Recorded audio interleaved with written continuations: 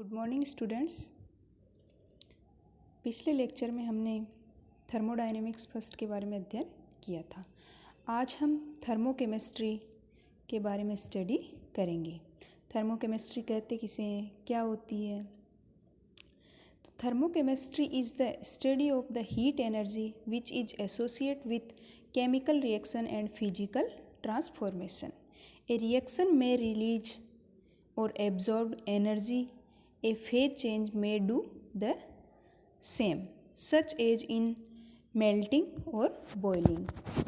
Thermochemistry focuses on these energy changes, particularly on the system's energy exchange with its surrounding. यानी कि प्रत्येक रसायन तत्व यौगिक में उसकी अपनी इंटरनल एनर्जी होती है या निश्चित आंतरिक ऊर्जा होती है। उसी आंतरिक ऊर्जा को उसकी केमिकल एनर्जी कहा जाता है। The study of heat transfer during the chemical reaction is called thermochemistry. यानी कि किसी रासायनिक अभिक्रिया के दौरान उसकी हीट ट्रांसफ़र का जो अध्ययन किया जाता है या ऊर्जा ट्रांसफ़र या ऊर्जा स्थानांतरण का जो अध्ययन किया जाता है उसी को अपन ऊष्मा रसायन कहते हैं।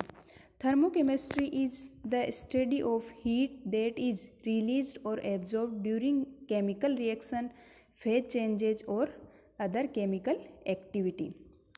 ऊष्मा रसायन जो है वह किसी भी रासायनिक अभिक्रिया में उसकी फेज चेंजेज या फिर वह किसी प्रकार की रासायनिक अभिक्रिया ऊष्मा का अवशोषण या उत्सर्जन करती है या फिर अन्य केमिकल एक्टिविटीज़ में जो ऊष्मा में जो परिवर्तन होता है उस ऊष्मा का अध्ययन ही थर्मोकेमिस्ट्री कहलाता है या ऊष्मा रसायन कहलाता है। यानी कि प्रत्येक तत्व में एक निश्चित मात्रा में ऊर्जा संचित होती है या निस्सन्निहित होती है। वह उस ऊर्जा उस के भौतिक तथा रासायनिक परिवर्तनों में यह रासायनिक ऊर्जा ही काम में ली जाती है या फिर भौतिक तथा रासायनिक परिवर्तनों में यह रासायनिक ऊर्जा ही अन्य ऊर्जाओं की तरह ऊष्मा में परिवर्तित की जा सकती है या ऊष्मा को रासायनिक ऊर्जा में बदला जा सकता है। तो नेक्स्ट है कि जो ऊष्मा के प्रकार है या ऊष्मा रसायन में जो केमिकल रिएक्शंस होती है या रासायनिक अभिक्रिया जो होती है वह दो प्रकार की होती है। एक होती है एक्सोथर्मिक रिएक्शन और दूसरी होती है एंडोथर्मिक रिएक्शन। एक्सोथर्मिक मीन्स ऊष्माक्षेपी अभिक्रिया और एंडोथर्मिक मतलब ऊष्माशोषी अभिक्रिया। जैसा कि इनके नाम से स्पष्ट है कि ऊष्माक्षेपी अगर कोई अभिक्रिया संपन्न होती है तो उसमें ऊष्मा का उत्सर्जन होता है तो उसे ऊष्माक्षेपी अभिक्रिया या एक्सोथर्मिक रिएक्शन कहते हैं। यानी कि सिस्टम जो है अपनी हीट रिलीज करके सराउंडिंग को दे देता है। नेक्स्ट है एंडोथर्मिक रिएक्शन।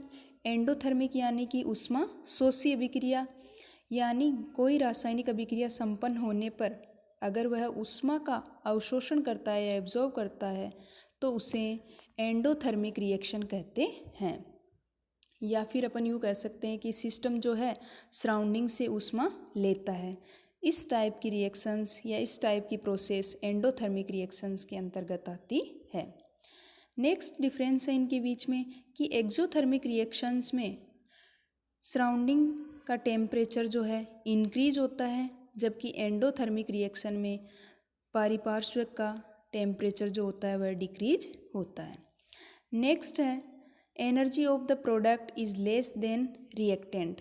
एक्सोथर्मिक रिएक्शंस के अंदर जो प्रोडक्ट्स की ऊर्जा होती है वह रिएक्टेंट्स की अपेक्षा कम होती है जबकि एंडोथर्मिक रिएक्शंस में प्रोडक्ट्स की एनर्जी जो होती है वह रिएक्टेंट से ज़्यादा होती है।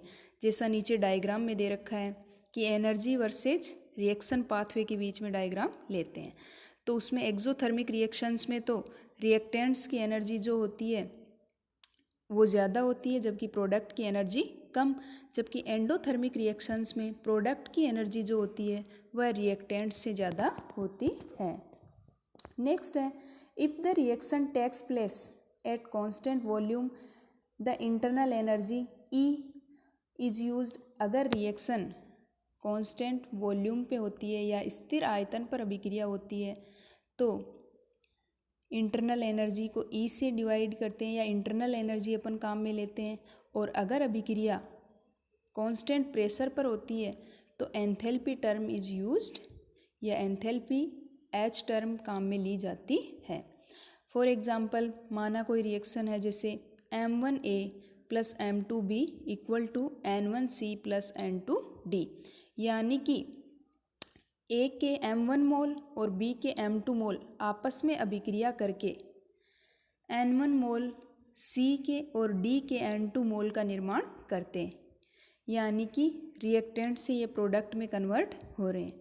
तो टोटल जो एंथैल्पी चेंज होगी इस केमिकल रिएक्शन में delta H equal to N1HC plus N2HD minus M1HA plus M2HB, यानी कि जो एंथैल्पी में चेंज होगा वह total enthalpy of products minus total enthalpy of reactants के अंतर के बराबर होती है। If the total enthalpy of products, यानी कि जो डेल्टा इस इक्वेशन में या इस केमिकल रिएक्शन में जो एंथैल्पी में परिवर्तन है वह प्रोडक्ट की एंथैल्पी माइनस रिएक्टेंट की एंथैल्पी के अंतर के बराबर होती है, तो इसमें 3 कंडीशन लागू हो सकती है। फर्स्ट कंडीशन है यदि दोनों की एंथैल्पी यानी प्रोडक्ट की एंथैल्पी और रिएक्टेंट की एंथैल्पी दोनों इक्वल है तो जो एंथैल्पी में चेंज होगा वह 0 या 0 के बराबर होता है, यानी कि इस कंडीशन में न तो हीट अवशोषित होती है न ही उत्सर्जन होता है, यानी कि इस टाइप की अभिक्रिया के अंदर न तो ऊष्मा का अवशोषण होता है न ही उत्सर्जन होता है। और ऐसी अभिक्रिया जिनके अंदर न तो ऊष्मा का अवशोषण हो रहा है और न ही उत्सर्जन, इस टाइप की अभिक्रियाओं को टेम्परेचर इंडिपेंडेंट रिएक्शन कहा जाता है, या फिर ऐसी अभिक्रियाएं ताप पर निर्भर नहीं करती है। नेक्स्ट कंडीशन है यदि उत्पादों की जो एंथैल्पी है वह क्रिया कारकों की एंथैल्पी से ज़्यादा होती है। तो अगर उत्पादों की एंथैल्पी का मान क्रिया कारकों से ज़्यादा है तो डेल्टा H या एंथैल्पी में जो चेंज होता है वह पॉजिटिव होता है। और एंथैल्पी में अगर पॉजिटिव मान है इसका मतलब इस टाइप की अभिक्रियाएं एंडोथर्मिक अभिक्रिया कहलाती है, यानी कि ऊष्माशोषी अभिक्रिया कहते हैं इनको। और नेक्स्ट कंडीशन है यदि रिएक्टेंट्स की एंथैल्पी का मान प्रोडक्ट्स की एंथैल्पी से ज़्यादा होता है तो डेल्टा H की जो वैल्यू होगी या एंथैल्पी चेंज जो होता है वह नेगेटिव होता है या उसकी वैल्यू नेगेटिव होती है। और इस टाइप की रिएक्शंस को एक्सोथर्मिक रिएक्शन या एक्सोथर्मिक अभिक्रिया कहते हैं। अगला टॉपिक है थर्मोकेमिकल इक्वेशन या ऊष्मा रासायनिक समीकरण क्या होते हैं। तो chemical reaction which also indicate heat change in the reaction is known as thermochemical equation, यानी कि ऐसी केमिकल रिएक्शंस या रासायनिक अभिक्रिया जो किसी रिएक्शन में हीट या ऊष्मा के परिवर्तन को इंडिकेट करती है उसे थर्मोकेमिकल इक्वेशन कहते हैं। जैसे CH4 plus O2 equal to CO2 plus 2H2O, यानी कि मेथेन का जब ऑक्सीडेशन कर रहे हैं अपन ऑक्सीजन के साथ अभिक्रिया करवाते हैं तो वह CO2 और H2O का निर्माण करती है। और ये अभिक्रिया 25 डिग्री सेंटीग्रेड टेम्परेचर और 1 एटमॉस्फेयर प्रेशर पर संपन्न होती है। तो इसके लिए जो डेल्टा H की वैल्यू होगी वह होती है -890 किलो जूल। इसी प्रकार यानी कि इसमें क्या होता है कि अगर कोई भी रासायनिक अभिक्रिया हो जो ऊष्मा में होने वाले परिवर्तनों को बताती है तो उसको अपन ऊष्मा रासायनिक समीकरण कहलाती है। और ऊष्मा परिवर्तनों को SI मात्रक में जूल या किलो जूल में व्यक्त किया जाता है, यानी कि जो थर्मोकेमिकल इक्वेशन होती है उसमें जो होने वाले ऊष्मा परिवर्तन हैं उनको अपन SI मात्रक के अंदर जूल या किलो जूल में व्यक्त करते हैं। और यह जो अभिक्रियाएं होती है या ऊष्मा रासायनिक समीकरण होते हैं जो रिएक्टेंट और प्रोडक्ट दोनों की भौतिक अवस्था पर निर्भर करता है, क्योंकि ऊष्मा रासायनिक समीकरण के अंदर ठोस द्रव गैस अवस्था को क्रमशः सॉलिड, लिक्विड या गैस के द्वारा व्यक्त करते हैं। और यदि कोई रिएक्शन एक्वस फॉर्म में जलीय विलयन में है तो उसे एक्वस के रूप में प्रतीत किया जाता है या लिखा जाता है। इसी प्रकार अगर कोई अभिक्रिया के अंदर अपन वायुमंडल है या टेम्परेचर है या प्रेशर है तो उसमें टेम्परेचर को हमेशा सबस्क्रिप्ट के रूप में लिखते हैं और दाब को हमेशा सुपरस्क्रिप्ट के रूप में लिखा जाता है। तो heat of reaction depend upon temperature and pressure. Temperature is written as subscript in absolute temperature and pressure is generally 1 atmosphere which is denoted by superscript. यानी कि टेम्परेचर को परम ताप के रूप में यानी कि सबस्क्रिप्ट के रूप में डिनोट किया जाता है, जबकि जो प्रेशर होता है वह जनरली 1 एटमॉस्फेयर होता है जिसको सुपरस्क्रिप्ट के रूप में डिनोट किया जाता है। फॉर एग्जांपल जैसे H2O2 आपस में मिलकर के H2O लिक्विड का फॉर्मेशन करते हैं। यहाँ डेल्टा H या उसकी एंथैल्पी में परिवर्तन जो है उसमें टेम्परेचर और प्रेशर को डिनोट किया गया है। नेक्स्ट है हीट ऑफ रिएक्शन। उस अभिक्रिया ऊष्मा या फिर अभिक्रिया की एंथैल्पी। हीट ऑफ रिएक्शन या फिर enthalpy of reaction. Heat of reaction is the net amount of energy that should be added or release during a chemical reaction. यानी कि अभिक्रिया ऊष्मा या अभिक्रिया की जो एंथैल्पी है किसी रासायनिक अभिक्रिया के फलस्वरूप उत्पन्न या अवशोषित ऊष्मा की वह मात्रा है जो कि किसी दिए हुए ताप व दाब पर रासायनिक समीकरण द्वारा क्रिया कारकों के मोलों को पूर्णतः क्रिया करने पर प्राप्त होती है।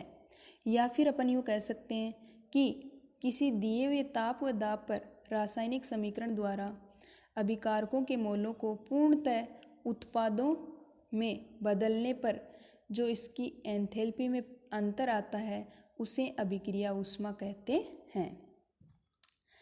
नेक्स्ट है measurement of heat of reaction या फिर अभिक्रिया ऊष्मा का मापन। अभिक्रिया ऊष्मा का मापन जो है वाटर कैलोरीमीटर के द्वारा किया जाता है, क्योंकि ये जो वाटर कैलोरीमीटर है is used for measurement of heat change of chemical reaction in solution. यानी कि विलयन के अंदर किसी रासायनिक अभिक्रिया की ऊष्मा में जो परिवर्तन होता है उसको मापने के काम में आता है। तो heat of reaction equal to W into 1 into T calorie. W यहाँ जो है वह मात्रा को दर्शाता है और T जो है इसके टेम्परेचर को दर्शाता है। नेक्स्ट है factor affecting the heat of A reaction या अभिक्रिया ऊष्मा को प्रभावित करने वाले कारक कौन कौन से, यानी कि अभिक्रिया ऊष्मा या फिर enthalpy heat reaction of enthalpy अभिक्रिया की एंथैल्पी को प्रभावित करने वाले कारक या कौन कौन से कारकों पर डिपेंड करती है। फर्स्ट अपन लेते हैं physical state of reactant and products, यानी कि क्रिया कारक और उत्पादों की भौतिक अवस्था। कि यदि कोई पदार्थ किसी रासायनिक अभिक्रिया में अपनी भिन्न भिन्न भौतिक अवस्थाओं में भाग लेता है या उत्पन्न होता है तो उसकी अभिक्रिया की जो ऊष्मा होती है वह भी भिन्न भिन्न होती है।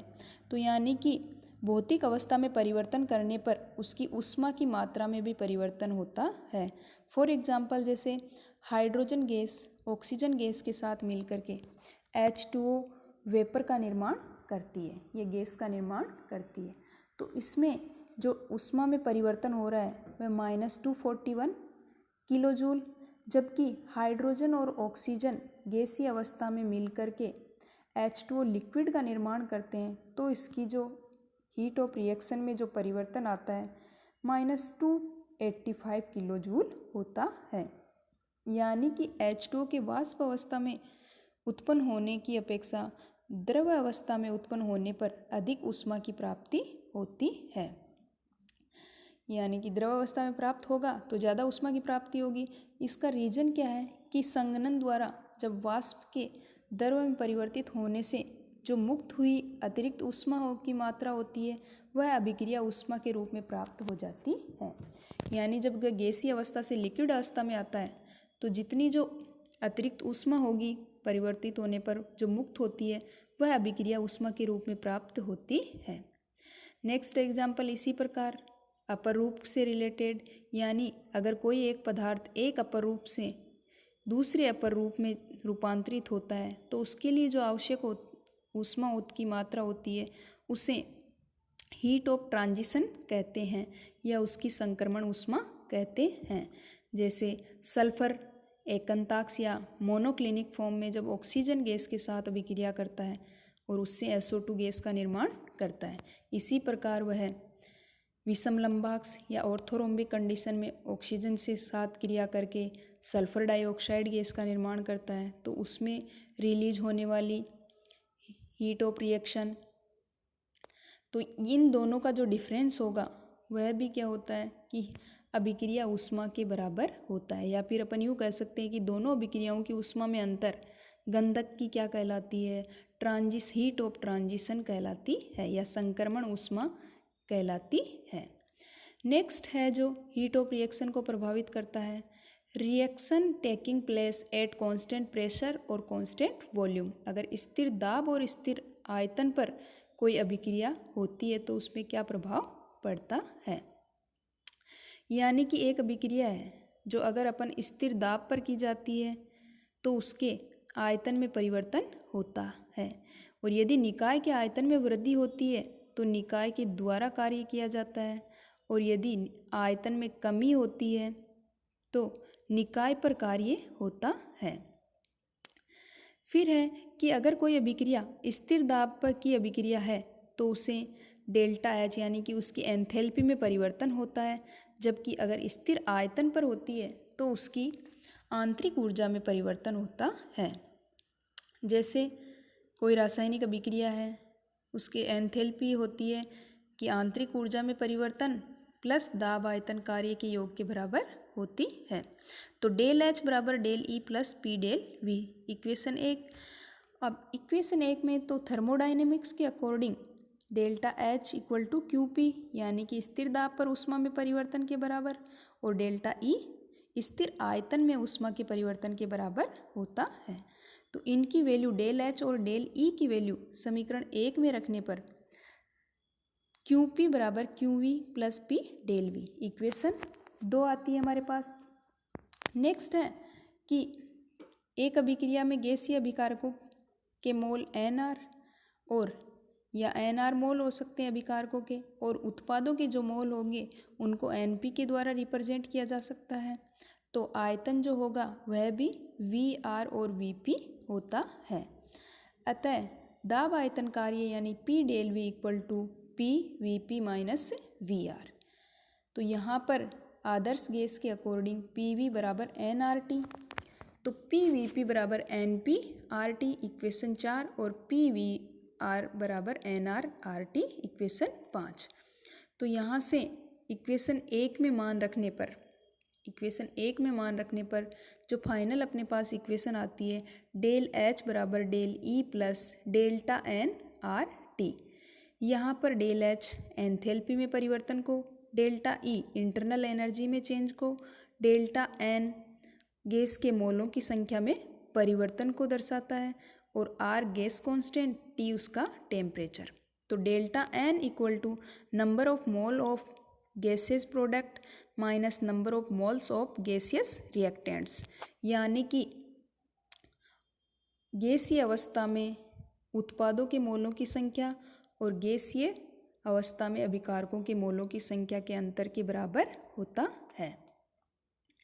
नेक्स्ट है, इसमें 3 कंडीशन लागू हो सकती है।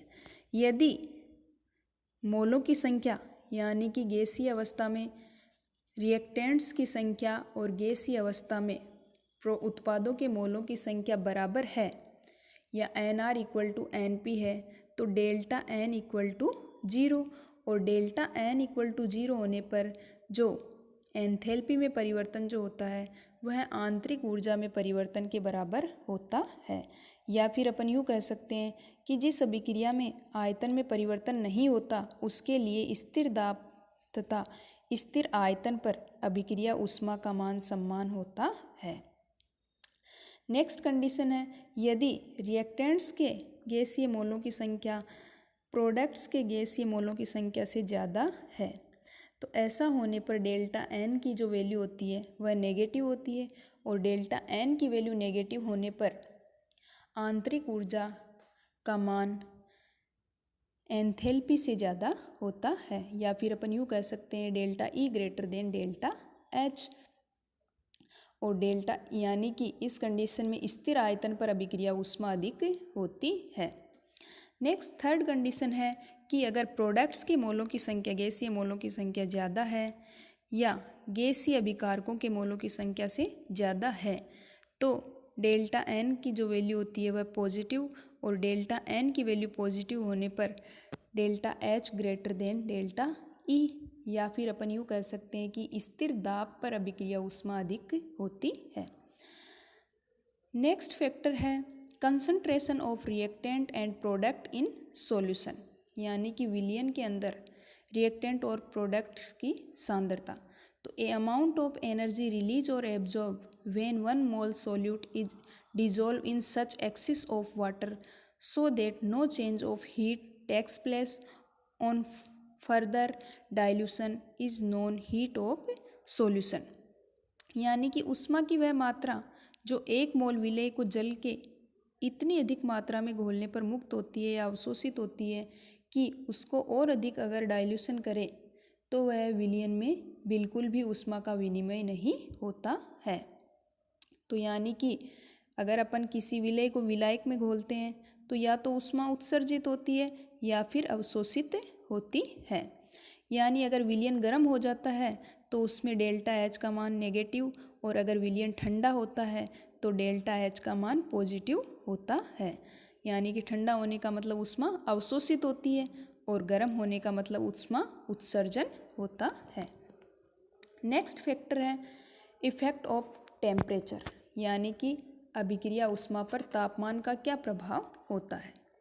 तो एक अभिक्रिया जैसे अपन लेते हैं, कोई भी एक प्रोसेस है, ए चेंज कन्वर्ट हो रहा है बी के अंदर, यदि यह प्रोसेस कांस्टेंट प्रेशर पर होती है तो डेल्टा एच या एंथैल्पी में जो परिवर्तन होगा वह उत्पादों की एंथैल्पी माइनस अभिकारकों की एंथैल्पी यानी H B minus H A, equation first. और इस इक्वेशन का अपन अवकलन करते हैं टेम्परेचर के सापेक्ष कांस्टेंट प्रेशर पे, तो डेल्टा एच या फिर अपन यूँ कहते हैं delta del H upon delta T at constant pressure, और स्थिर दाब पर ताप के सापेक्ष एंथैल्पी में परिवर्तन को उसकी स्थिर दाब पर ऊष्माधारिता कहलाती है। तो यह एक किरचॉफ इक्वेशन या समीकरण कहलाता है। नेक्स्ट है, अगर इसी अभिक्रिया को अपन या इसी प्रोसेस को स्थिर आयतन पर संपन्न करवाते हैं तो वह उसके स्थिर आयतन पर ऊष्माधारिता के अंतर के बराबर होती है, जिसको अपन किरचॉफ समीकरण का दूसरा रूप कहा जाता है।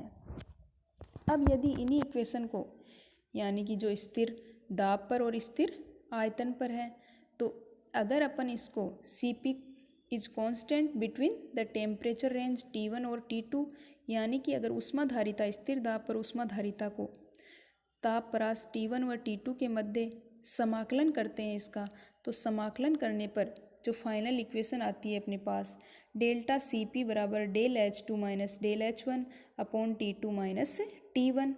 इसी प्रकार अगर स्थिर आयतन है तो स्थिर आयतन पर ऊष्माधारिता को समाकलित करते हैं इसी टेम्परेचर प्रास में, तो इक्वेशन हो जाती है अपनी डेल Cv बराबर delta E2 minus del E1 upon T2 minus T1।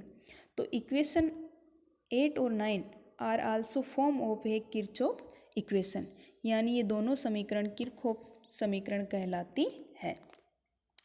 Next है स्टैंडर्ड हीट ऑफ रिएक्शन, यानी कि मानक अभिक्रिया ऊष्मा किसे कहते हैं। तो जो मानक अभिक्रिया ऊष्मा होती है उसके लिए अपन मानक कंडीशन काम में ली जाती है, और मानक कंडीशन है जो टेम्परेचर के लिए 298 केल्विन और प्रेशर के लिए 1 एटमॉस्फेयर, ये दोनों मानक कंडीशन कहलाती है या मानक अवस्था कहलाती है। तो the heat of reaction when the pressure is 1 atmosphere and the temperature is 298.15 kelvin is known as standard heat of reaction. It is represented as delta H0 298। यानी कि अगर एक वायुमंडलीय दाब और 298 केल्विन ताप पर होने वाली अभिक्रिया की अभिक्रिया ऊष्मा को मानक अभिक्रिया ऊष्मा कहते हैं और इसे डेल्टा H0 298 के द्वारा व्यक्त किया जाता है। और जो स्टैंडर्ड हीट ऑफ रिएक्शन है वह विभिन्न रासायनिक अभिक्रियाओं की ऊष्मा में कंपेयर करने के लिए काम में ली जाती है, या फिर अपन यूँ कहते हैं कि ऐसी अभिक्रियाओं के लिए अभिक्रिया का ऊष्मा का मापन अभिक्रिया के ताप पर किया जाता